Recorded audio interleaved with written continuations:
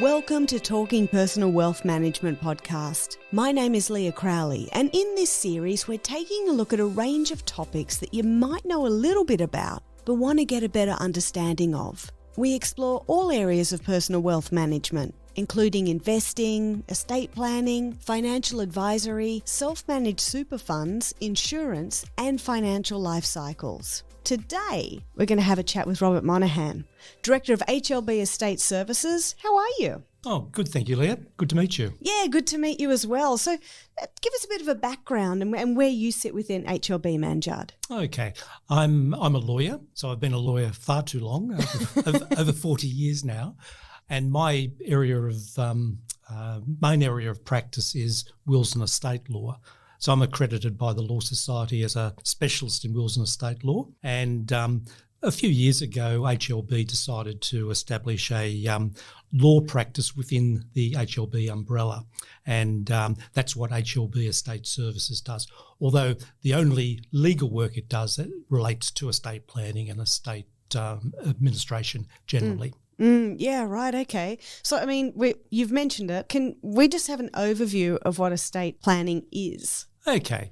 Estate planning is effectively getting your affairs in order. A lot of people mistakenly think if they've got a will, they've done their estate planning. But no, estate planning is quite an involved process, getting to understand not only what the client owns, but whatever they control. For instance, assets in a family trust don't pass under a person's will. It's separate. Similar with superannuation. So what we do is analyse the client's situation, get an understanding of what they're trying to achieve, and properly document it to hopefully achieve their wishes. Because there's a percentage out there of about 50%, like half of Aussies don't even have a will. That must be annoying for you, firstly. Well, actually, a lot of other lawyers, litigation lawyers, make a lot more money out of it because when people don't have their affairs in order. Yeah, right. But why do you think that is? Is it just we think that we're going to live forever, or do we think it's just too complicated? I think a lot of people put it in the too hard basket. A lot of people will think, oh no, that's only when I get old. I don't have to deal with it now. And it's not forefront of a person's mind. Often people get motivated when there's a death in the family, for instance, and they realise, ooh, I would hate to have left that situation to my loved ones. You hope your loved ones are just going to miss you, grieve, but if you don't have your estate planning in order, it can actually exacerbate the grief that people go through because it can be quite traumatic. Yeah, and I guess, you know, if everything is laid out and set in legal stone, then there's no sort of guessing, there's no surprises. Everybody knows where they stand. Exactly. When it does happen. Yeah. And I actually encourage clients to sit down with their families and advise them what they've done. So there is no surprises, particularly if it's a blended family. Because sometimes there can be tensions in a blended family where stepchildren think the stepmother or the evil stepfather have manipulated people. So I encourage people to sit down, particularly if it's a blended family, and explain what they've done and why they've done it that way. Yes, I have those open conversations so that there are no surprises, which of course we always hear about, but we hope we're not involved in any of them. Yeah, absolutely. So with estate planning and wills, right? What should we include within a will that we may not have thought about? Like obviously we think about, you know, the finances, the house, that kind of thing. But what is there stuff that people don't know to put in? The main things that people put in or should put in, obviously, is first of all an executor or executors. So who's the appropriate person to administer the estate? And who would that be? Well, it could be say if it's a situation where it's mum and dad and adult children. Typically, what happens there, mum and dad will appoint each other, and then on the event of the death of the second, they'll have their adult children as executors. But I always ask people, what's the relationship like between your children? Do they get along well? Because I've seen so many estates that have been, families torn apart by conflict between the children as executors. And it's not because necessarily their status, because of underlying issues that have been simmering there for years. So if there's going to be a potential problem amongst the executors, then don't appoint them all. Appoint somebody else. Or sometimes I'll do it this way. You've got 3 children, appoint all 3 of them. You hope they will get along. But if they don't, any one of them can pull the plug, say, no, I'm going to renounce probate, and that effectively pulls all 3 of them off the roll, and then someone else steps in. Okay. So I explain to clients as covering the what ifs. Mm-hmm. So you appoint Tom as your executor. What if he dies before you? What if he doesn't want the job? Similarly with gifts, I want to give my estate equally to my children. Mm-hmm. Easy. But what happens if one of them predeceases you? Yeah. What's then to happen? And also if you're giving specific gifts under a will, I give my holiday house to my son. Well, what if you don't own that property anymore? What's then to happen? Does he get nothing? Or does he get something in replacement for it? So covering the what ifs, so going through and making the decision so that nothing is left to chance when the time arises. Yeah, there must be all these scenarios that people would not think about, but you're there asking the question. They must be like, oh, wow, okay. You make them think about them. Yeah, what our role is to find out what the client wants to achieve. Yeah. And from experience, I've been doing this for years, so I've seen the problems other people have left behind. So try to structure things in a way that there are no problems further down the track. Yeah, right. One question that I think a lot of people would like to know the answer of is there anything that we're not allowed to put in our will? Well, you can't put in a will a condition that someone commits a crime, or someone changes their right, okay. or someone changes their religion. There are some things that you can't do. Most of the sort of the practical things is that you can only leave in a will things that you actually own personally. Yeah. So assets in a family trust, you may control the trust, but the assets are the trust assets, so you can't specifically give those assets away. Yeah. If it's a trust, then we look to see where the control of the trust lies and whether via the will we can pass control. Generally, assets are owned jointly, such as a home owned by a couple as joint tenants. That does not pass under the will, passes by operation of law, goes to the survivor. And most companies and banks, if you have a joint account or a joint shareholding, all goes to the survivor. Yeah. So you can have a wonderfully drafted will with complex and sophisticated trust structures, but if all the assets are owned jointly with somebody else, there may be no assets to be dealt with by the will. Quite often in estate planning, we look to do some restructuring, particularly to minimise future capital gains tax or income tax for surviving beneficiaries. So for those, those surviving within a relationship with a couple, would their will or should their will be drafted or written up by the same person that has done the other half? So like husband and wife, should they have the same person or the same group of people writing up their wills together so that they don't clash? Yeah, well, each will maker is an individual client. Sure. But in the almost exclusively, most couples come to see you and have their estate planning done together. Yeah. If I can think of only once some years ago, I met with a husband and wife, and a few days later, the wife called me and said, I don't want to provide for what we discussed at the meeting. Really? I want to do it a different way. Okay. And I said to her, look, sorry, I can't do that because I've been acting for both of you. I'm acting for also your husband, who's making his will consistent with what you've both agreed. Yes, you can change your will at any time, but I can't do it for you. You have to go and see another lawyer. Interesting. Now, we've all seen a lot of TV shows where wills can be challenged. How legally binding is a will? There's a lot of misconception out there in the community. There's only 4 broad ways you can challenge a will. First one, if there's some technical problems with the will. Secondly, if it can be proven that you lacked capacity, you didn't have the legal capacity to make a will. Mm-hmm. The third way is if it can be shown that you were coerced. It's called undue influence. So effectively a shotgun to the head, sign or else. Yeah, right. And the most common one, the fourth one, is a claim under family provision legislation. Now, family provision legislation came in over 100 years ago in New South Wales. It was originally introduced because there had been, you think back 100 years ago, it was a very male-dominated society. Yeah.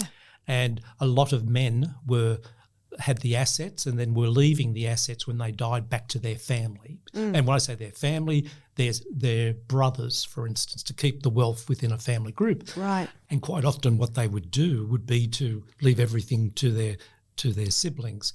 And quite often then the surviving widow got nothing or the children got nothing.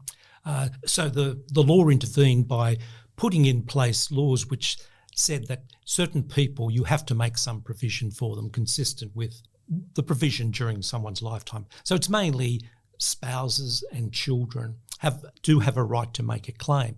But for them to be successful, they have to actually prove that the will maker had failed to make proper provision for them during their lifetime or via the estate, and also that there is some genuine need. So look, if the beneficiary's already got millions of dollars, it's unlikely that they're going to be topped up if they don't have any genuine need. Yeah. I looked at some statistics the other day and give you an idea. In 2020, 52,000 people died in New South Wales. Of that 52, there were 26,000 estates that were probated in New South Wales. That means an application made for the executor to be appointed as executor and get a grant so that the probate allowed them to deal with the assets. There were, I think it was 850 family provision claims in New South Wales. So that's about 1.67 of estates ended up in a family provision claim. So it's statistically minimal, but it does get a lot of publicity. So how can we kind of minimise the chance of that ever coming up? Okay. Part of the estate planning process is to get an understanding of the people who may have a claim on the estate. Yeah, right. So if a client says to me, "Oh, I'm not going to provide anything for my daughter because of these reasons," we don't put those reasons in the will because that can be like a red rag to a bull. If I identify that there may be a member of the family who would be eligible to make a claim, then we do something about it while the client's alive. A little bit tongue-in-cheek, I'll sometimes say to a client, look, you're the star witness. You're the one that is making the decision. But although courts have embraced modern technology, we've got computers in courtrooms, etc., they still won't allow Ouija boards. So we can't, we can't bring your coffin in and put a Ouija board on top of it. Can you imagine? Yes. Gosh. So what we do is prepare a statement so that they can give the evidence to the judge hearing the matter. It's not put in the will. Give you an example. I saw a couple the other day who for various reasons don't want to provide significantly for a daughter. The daughter is already financially secure. The daughter, and there's been a tense relationship between the parents and the daughter for many years for a number of reasons. So what the clients will do will be to document that, particularly the financial assistance they've already given to the daughter over the years, which has been significant. Yeah, right. So that's the type of evidence that can be put to the court if a claim is made. How can you protect your assets for the next generation? So not that daughter, but maybe another daughter that you want to provide for later on. Okay. Well, in that case I just mentioned, what they did in that case was to provide a certain amount for the daughter, but then a certain percentage for the daughter's children, the next generation. Yep. But in a more general sense, asset protection is very important to a lot of people. There was a time where most people looking at estate planning were just trying to minimise tax, but nowadays I find that people are concerned about failed relationships. Yeah. Statistically, about 50% of relationships end, and there's not many families who that haven't had a failed relationship amongst the broader family. So people are more attuned to it, and a lot of people get upset by the thought that their hard-earned money may be split up if they go through a relationship breakdown. So there are certainly things that we can do from an estate planning perspective to minimise, to protect the inheritance as much as possible. I only read a case that was in the family court recently where the wife's father died and he was very rich and left a trust which was benefiting his daughter, who was the wife in the proceedings, about $50 million.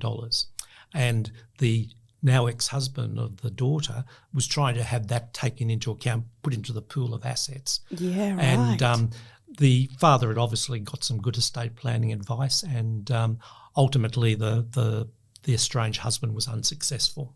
Well, I mean, yay for, but I mean, it's interesting. You'll talk to people about claims being made on inheritances, and a couple in a happy relationship will generally say, "Oh, I would never do that. That's from your parents or your auntie. Of course, I'd never make a claim." But unfortunately, when people go through relationship breakdowns, some get bitter and twisted, and all bets are off. They may even need to find some funds to buy or rent somewhere, and they just need it. Yeah, suddenly that need is that desire to move on is too strong. So from an estate planning perspective, there are different strategies that we can use. As a matter for my role is to go through those with clients and for them to make an informed decision as to which is the strategy they'd prefer to implement. So when you are doing estate planning, you don't know how long you're going to live for. You might live for a very long time, but need or have need at one point in time for someone, probably a child, to be an enduring power of attorney. When should you organise that? Is that something you should organise way in advance? Right. A good estate planning always looks at things such as powers of attorney. The reason being is that once you're an adult and you accumulate assets, all of us hope to live to ripe old ages and keep our faculties until the very end. But people lose their capacity, and I'm not just talking about Alzheimer's or dementia. Towards the end of your life, people can have a stroke. There's different ways people can lose their capacity. So part of estate planning is not only what happens if I pass away, but what happens if I lose my capacity. Who is then going to make decisions as far as my who can make financial decisions for me? Who can make health, medical, lifestyle decisions for me? So in New South Wales, there's two separate appointments. One's called an enduring power of attorney, and there's where you appoint one or more people who can make financial decisions or enter into contracts, things like that for you. Separately, there's an enduring guardian, who is someone who can make health, medical, lifestyle decisions if you're incapacitated, so if you can't make those for yourselves. So it's important. Some people, in my view, mistakenly think, "Oh no, I only don't have to think about that until I'm in the nursing home or aged care accommodation." No, my advice is anyone that has assets should be having a power of attorney in place. And one of the reasons for that is that you then decide who makes decisions for you. Yeah. If you don't have one in place and you're incapacitated, the government steps in. So the New South Wales trustee and guardian looks after your affairs. Now that's fine, but it's sort of big brother who you don't know is going to be looking after your affairs. If there's someone that you trust, then in my view, it's better off appointing someone who can take that role. And again, that's another example of what I call the what ifs.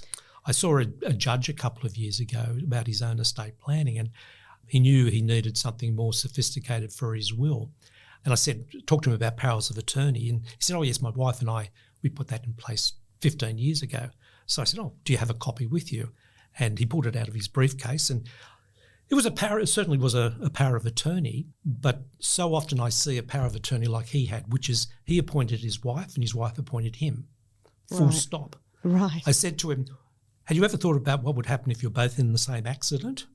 He said, "No, I hadn't thought about that one." And a lot of people don't. So it's a matter of covering the what ifs. Yes, you want to appoint your partner, but what if he or she can't do it? Who's then to act? So having quite often cascading appointments. Yeah, because you did say power of or like attorney or attorneys. Yes, yeah. So you can appoint one attorney. Some people like to appoint multiple. And if you appoint multiple, you can appoint them jointly or by majority, different combinations. Right. There's no right or wrong. It's what the client feels is appropriate for their situation. This is kind of going back to that scenario where you were talking about the couple wanted to make sure that their grandchildren received the money, but not necessarily their daughter.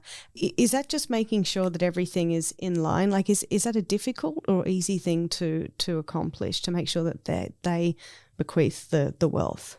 Oh, no, it can be structured. It just depends on the way the will's structured. Yeah. And what I do is understand what the client's trying to achieve. And in that case, the client wanted to make sure that some of the wealth went on to a further generation. Yeah. And it wasn't then that the grandchildren weren't reliant upon their own parent either giving them something or certainly with larger estates, people, do like the idea of the funds lasting more than one generation. Yeah. Yeah, of course. I mean, everybody likes their grandkids, right? They always say they're more fun because you just get to play with them and you don't have to do all the hard stuff. Yes. The sleepless nights, those kind of things. That's right. Well, I'm a grandfather and it's great having grandchildren, but it's always good to give them back to their parents. That's it. That's exactly right, yeah. We all know that we have hopefully some sort of superannuation for when we retire. But say that you do retire and then you pass away quickly or whatever, how does the super end up going to your loved ones? Okay. Well, super itself is what's called a non-estate asset, so it doesn't automatically form an asset of your estate. It depends on the rules of the super fund. Mm-hmm. So a lot of super funds will have rules which say you can have what's commonly called a binding death benefit nomination. Yep. Where you can sign a document which effectively directs the trustee of the super fund to pay it to a particular person or to your estate. There's only certain categories of people that are eligible to receive super. Generally, it's spouses and children or someone who's actually dependent upon the deceased. For instance, if you want to leave it to your sister, you can't leave super to your sister. The only way of getting it to your sister would be to say to the super fund, pay it to my legal personal representative, which is your executor. So it goes into your estate. And then in your will, you can say the funds received from super go to my sister. And would that have been taxed, that amount? Yes, well, quite possibly. With superannuation, there's two main components. There's a taxable component and a tax-free component. You can find out what your components are if you look at your statement from your super fund. It'll usually have the components there. Now, if your super goes to someone who's dependent upon you, such as a spouse or a child under 18, then it doesn't matter what the components of the super are, it's all tax-free. Yeah, right, okay. But when it goes to someone who's not actually dependent upon you, such as an adult child, then, there's tax of 15% payable on the taxable component, plus Medicare levy, another 2%. Oh, the Medicare levy. Yeah, because it's just treated as income for the beneficiary. So if your super gets paid to your say daughter who's married and got her own family, she's independent, then yes, she pays the 15% plus the 2% Medicare levy. One way around it is to, instead of paying it direct to her, have it paid to your estate. So, and then in your will, you say my daughter gets the super. Estates don't pay the Medicare levy, so it saves 2% by just directing it through the estate.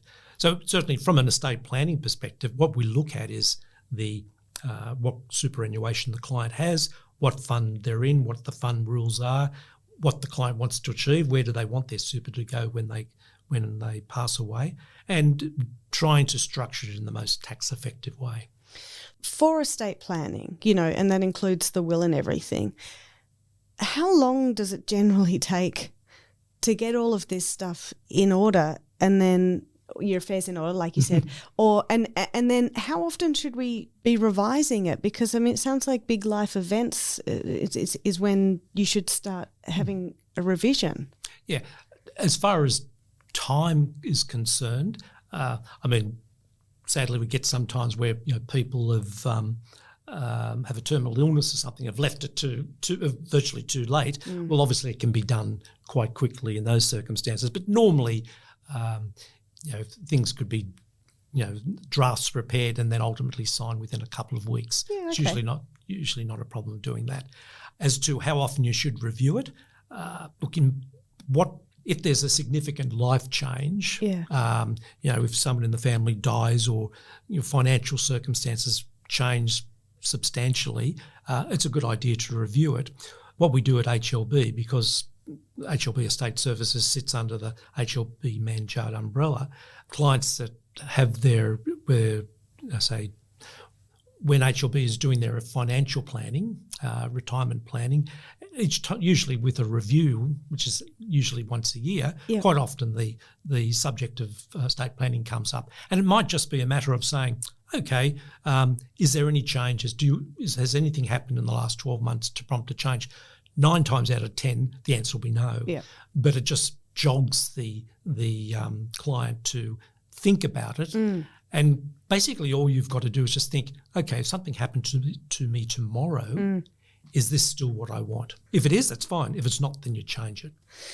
Lots in here, and definitely lessons learned to just keep an eye, just keep it in the, it doesn't even need to be top of mind, just back of mind. If a big life change has happened, check in. Certainly.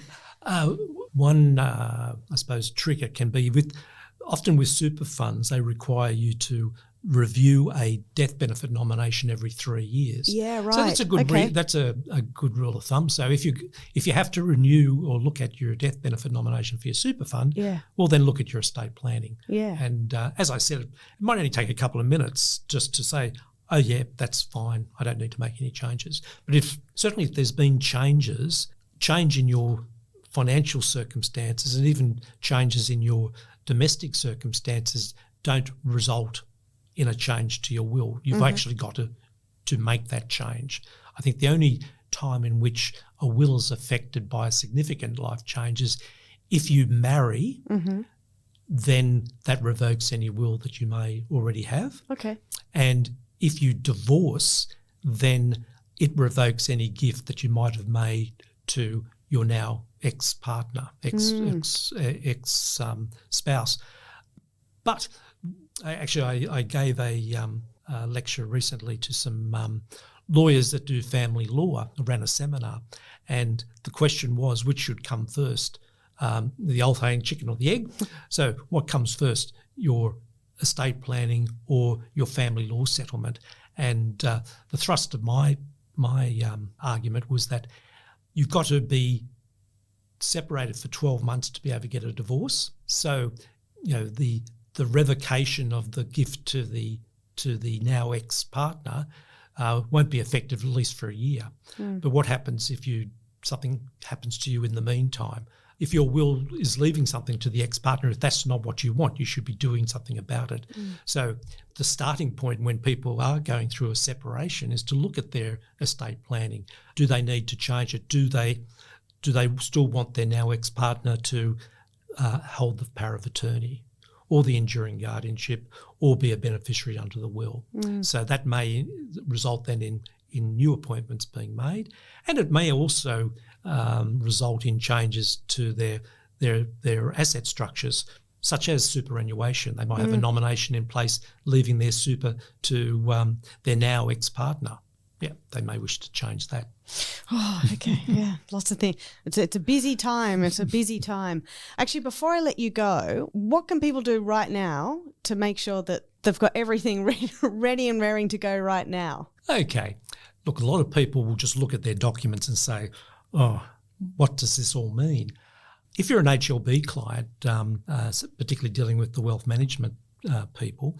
We've got a service whereby if you just want us to have a look at your documents and give you some feedback, yeah, that's fine.